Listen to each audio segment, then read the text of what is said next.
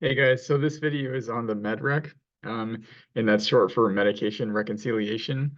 And so the MedRec consists of two parts. So the first part of it is obtaining an accurate list of the patient's home medications, of what they're taking or what they should be taking.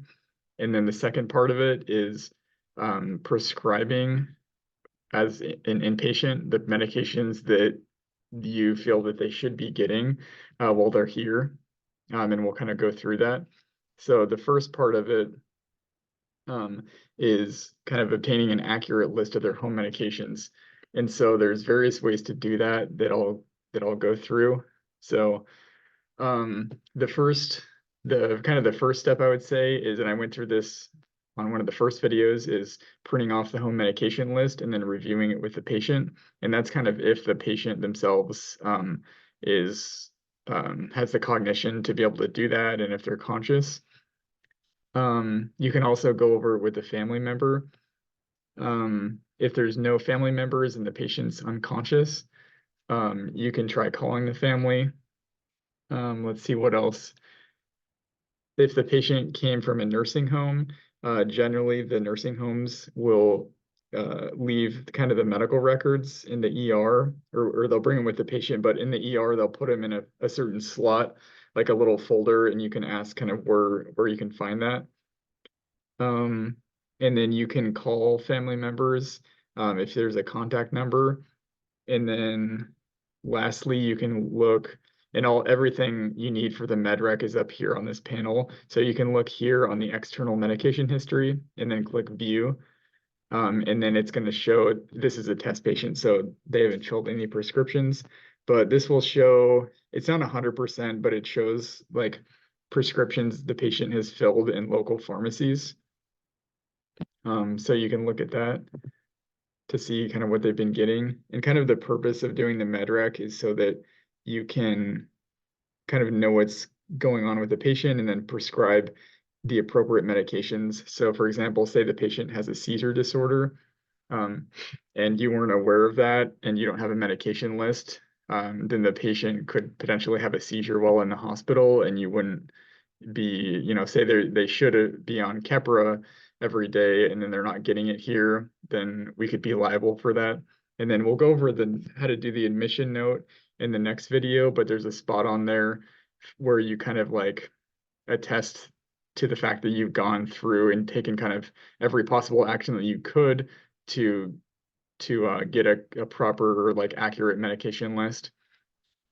So it's for the patient's safety and for like legal issues.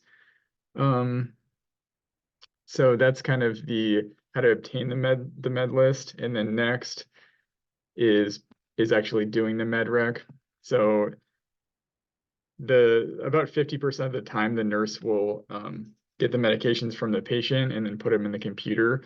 And then that's this tab here. So I would just click this, and then let me move this out of the way. So like this one, you can see that it's been done already. The box has already been checked. So the nurse already did it in our case. Actually, I think I just did it the other day, but and then next is doing the actual MedRec. So then you click here and then admission MedRec. So it opens this up, and then so we've already put in kind of our general orders for the patient. That's why there's some of the medication, that's why there's like medications here already that have already been prescribed. So we'll go through this. So I just go from top to bottom. And then if it has the little hospital sign, that means that's something that we've already prescribed here in the hospital. And then if it has the little paper script, that means it's a home medication. And then I believe there's a little bottle icon too that it doesn't show on this patient's, but that's another one that means that it's an outpatient prescription. So for our patient, we've already prescribed Tylenol. And then it gives us the option to either continue, that's the green button, or the red button is do not continue or stop. So we want to continue their atorvastatin for inpatient. Sometimes it'll make you kind of clarify the time and everything. If it's set to daily, generally they'll give it at 9 a.m., I think. And then these are the meds we've prescribed. So they're home Lexapro. Let's continue that. We've already put in like a IV dose of Lasix or a daily Lasix. So we're going to discontinue their home dose of Lasix. Metformin, we're going to stop. We've put them on a different dose of the metoprolol metoprolol, so we're going to stop their home dose. And let's see. And then lastly is their tamsulosin. We're going to continue that.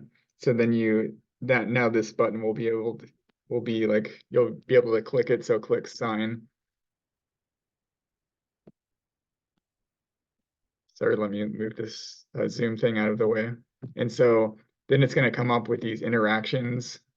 You can either, generally you would do like prescriber clinical judgment or the patient's already tolerating. So I'm going to say it's my judgment that I want the patient to get those. And then that did it. And then let's see. And then just lastly, anytime I put in orders, I always check the MAR, especially when you're doing those, the scheduling can be kind of weird, and you just want to make sure they're given at the right time. So like the atorvastatin, like I said, is scheduled for tomorrow at 9 a.m. And then same with their Lexapro. And then you can kind of look through those. But just for safety, I would always look at them more afterwards. All right, that's it for this video.